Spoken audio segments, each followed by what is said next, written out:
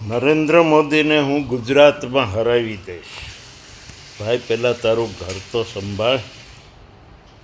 દેવેન્દ્ર ત્રિવેદી નવા જૂની ચેનલમાં આપનું સ્વાગત છે. મિત્રો, રાજ્યસભાની ચૂંટણીના પરિણામો આવી ગયા. ઝારખંડનું પરિણામ આંચકાજનક છે, ગણતરી બહારનું છે. ત્યાં 2 સીટ રાજ્યસભાની હતી, એની ચૂંટણી હતી.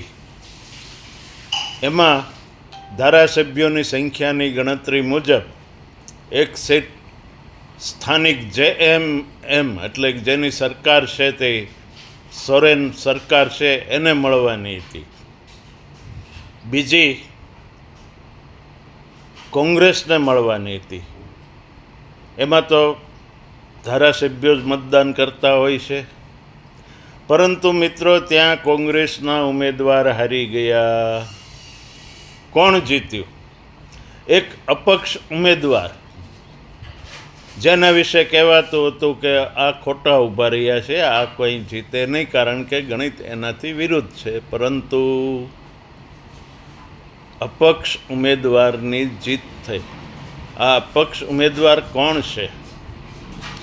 આપણા પરિમલ નથવાણી, એક ગુજરાતી, ઝારખંડમાં જે અને રાજ્યસભાની સીટ પર જીત મેળવે છે.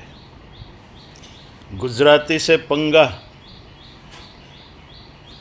ગુજરાતમાં નમોને હું હરાવી દઈશ, આવી ગુલબાંગ ફેંકનારને આ લપડાક છે. એક ગુજરાતી ઝારખંડમાં જઈ અને રાજ્યસભાનું સભ્યપદ મેળવી ચૂક્યા છે.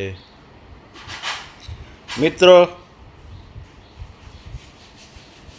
ધીરુભાઈ અંબાણીના સમયની ફિલ્મ એક બની છે, એ જોઈ છે તમે. એમાં એક સેક્રેટરી,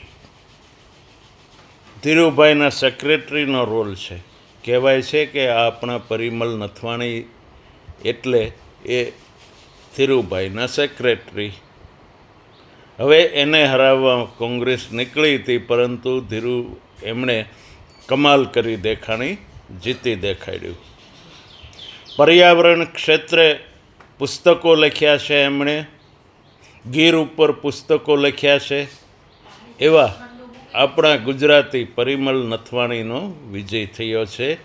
એમને શુભેચ્છાઓ અને ગુજરાતીઓ વતી ધન્યવાદ.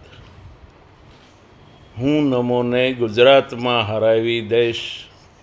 પહેલાં પોતાનું ઘર તો સંભાળ ભાઈ.